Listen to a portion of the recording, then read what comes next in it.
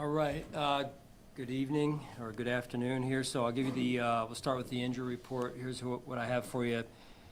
All these players are improving, and then we'll see how they get through the week here. So Joey Bosa, Terrell Bernard, Joshua Palmer, and Spencer Brown. And then Cole Bishop left the game, didn't return.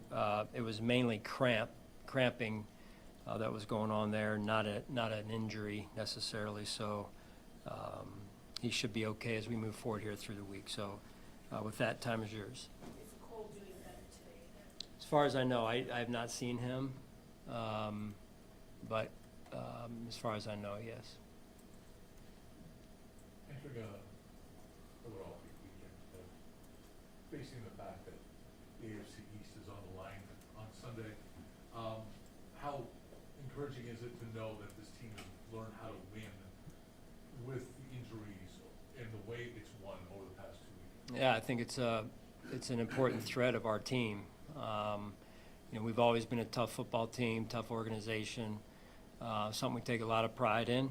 And in order to play well down the stretch, and handling some of the situations and managing those things that you mentioned, is you got to have toughness, and that's an important piece of playing good football.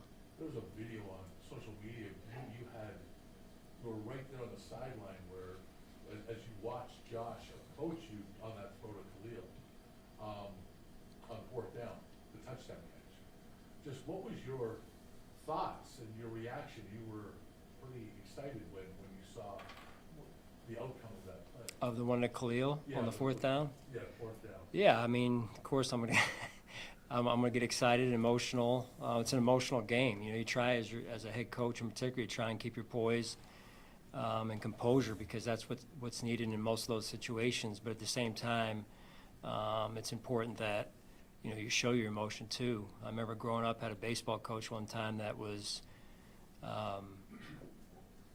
let's just call it subdued. And even as a young kid, I was like, I'm not really feeling that, So that's just who I am, and believe me, there's a lot more going on inside than sometimes people see on the outside. But that's part of the job too, and making sure I'm putting the team first in the situation that's at hand. Part of what made that play so incredible was the audacity of the throw. Audacity, that's a great word.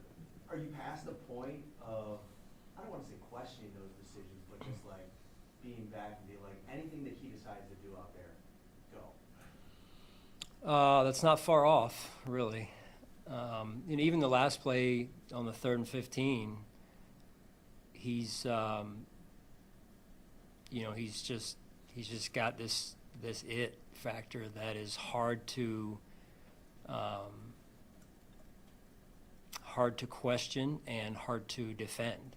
So it's just a special quality that not a lot of people have, not a lot of players, not a lot of performers have. And what I would point out, though, as a bigger picture item, though, is within those plays that everyone's saying are wow plays and only he can make those plays, are the checkdowns that were thrown when they needed to be thrown, or the ball that got thrown away earlier in the, and I'm speaking like a true coach, I know, but that's the balance of discipline and him being so special, right? When you can do these plays over here, it's one thing to run around and make these special plays. It's another thing to go, hey, when the situation calls for it, there's my check down.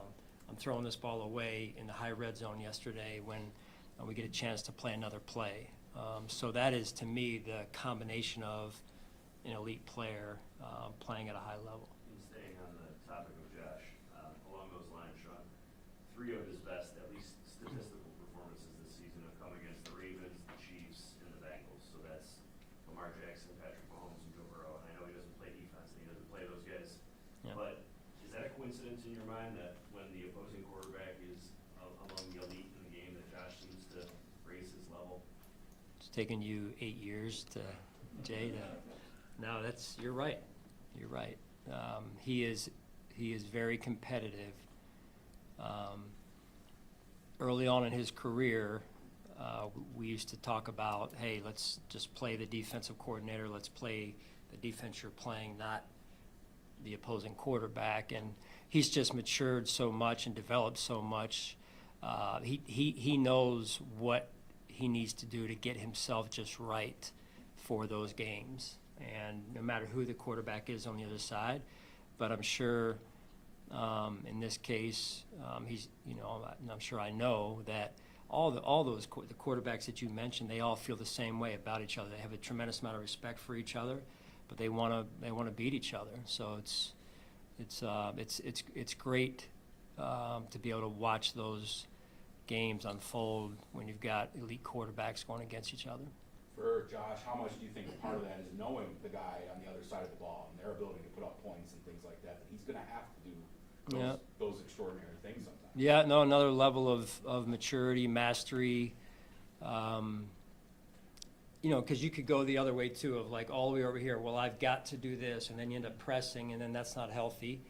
So it's like I said, him finding this delicate balance of what I need to do to help my team win, and yet making sure that I'm not pressing too much, because that's not healthy either. So he's really done a phenomenal job of last year and this year in particular of finding that sweet spot.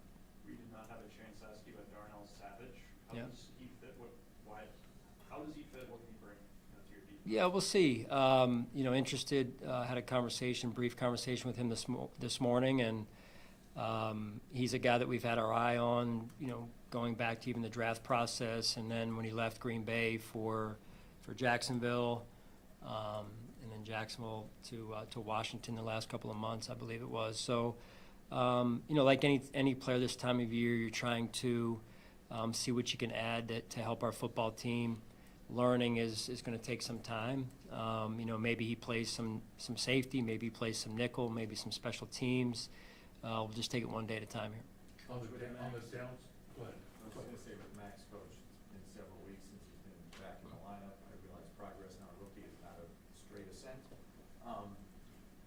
How has he worked to build trust in the defensive staff to give him more opportunities these last several weeks? Yeah. Really, again, growing in the system, growing in the level of detail that he needs to execute and play with, to play winning football for us. And, yesterday he had one that I know he wants back that we all saw.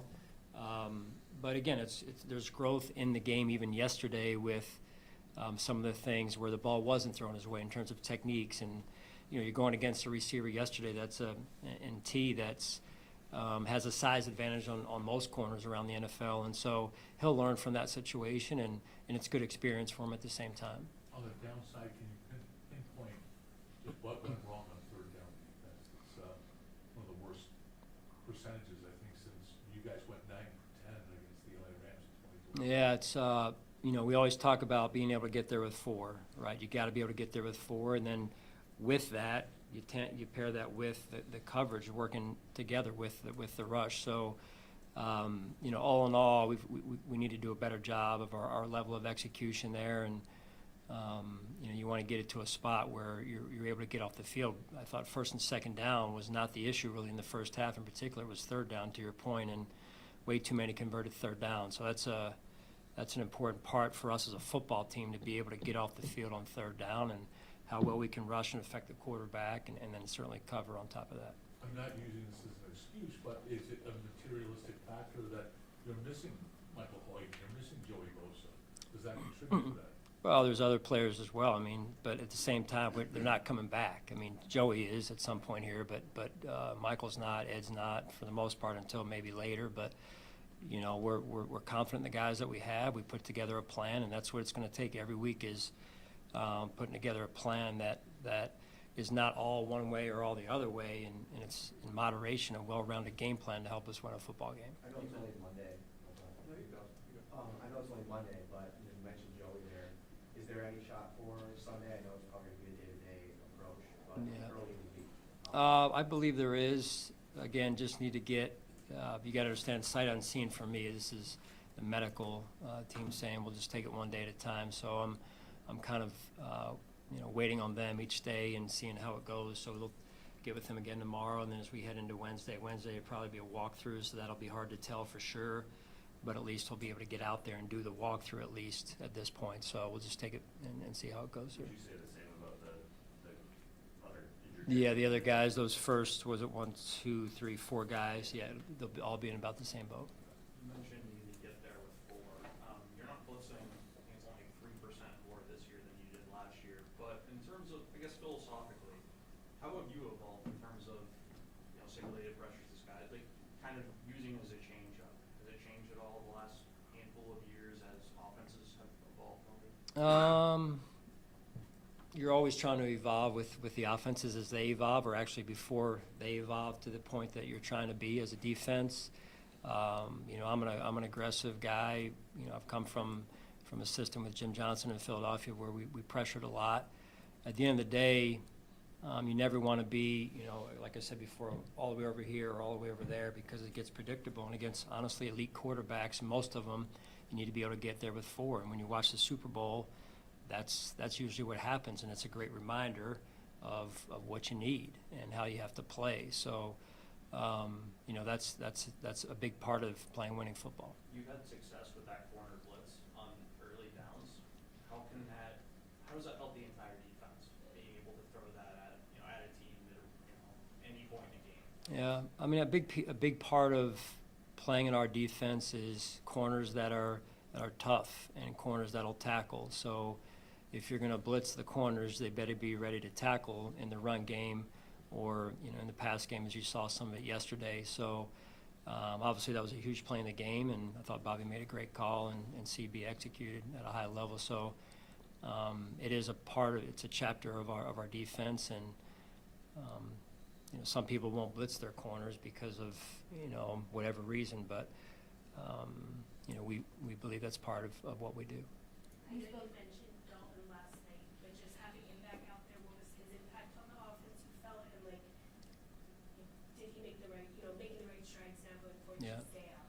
Yeah, again, from what I could tell and in talking with Nate, our trainer, no concern about Dalton moving forward, coming off that game. He was in a good space yesterday. He was vibing, man. I even watched the replays of some of his plays, and he's catching the ball. He's kind of, getting the crowd into the game, and the execution was really high, especially amongst the tight end group, and that was really good to see and much needed. We needed that going against that defense in particular.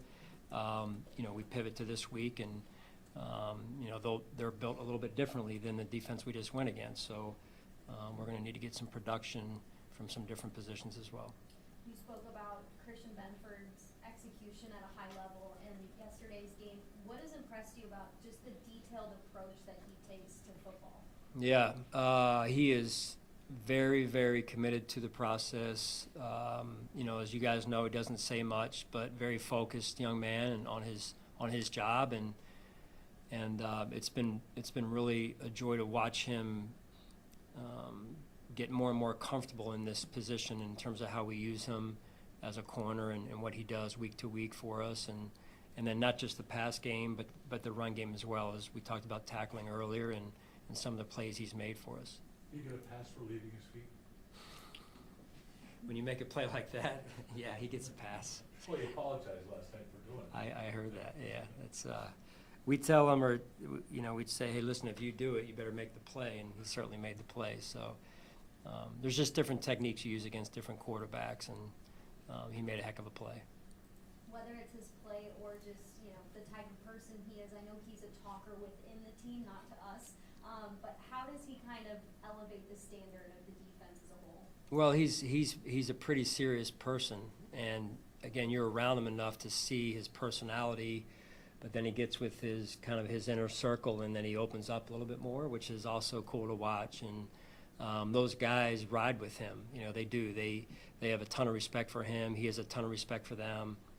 And what I love about CB is, where he came from, physically where he grew up, and then coming from Villanova, and wasn't a first-round draft pick, came in right away. I think he started in his first season, at some point during his first season. The way he's worked, got a contract this off season, and that has not changed him.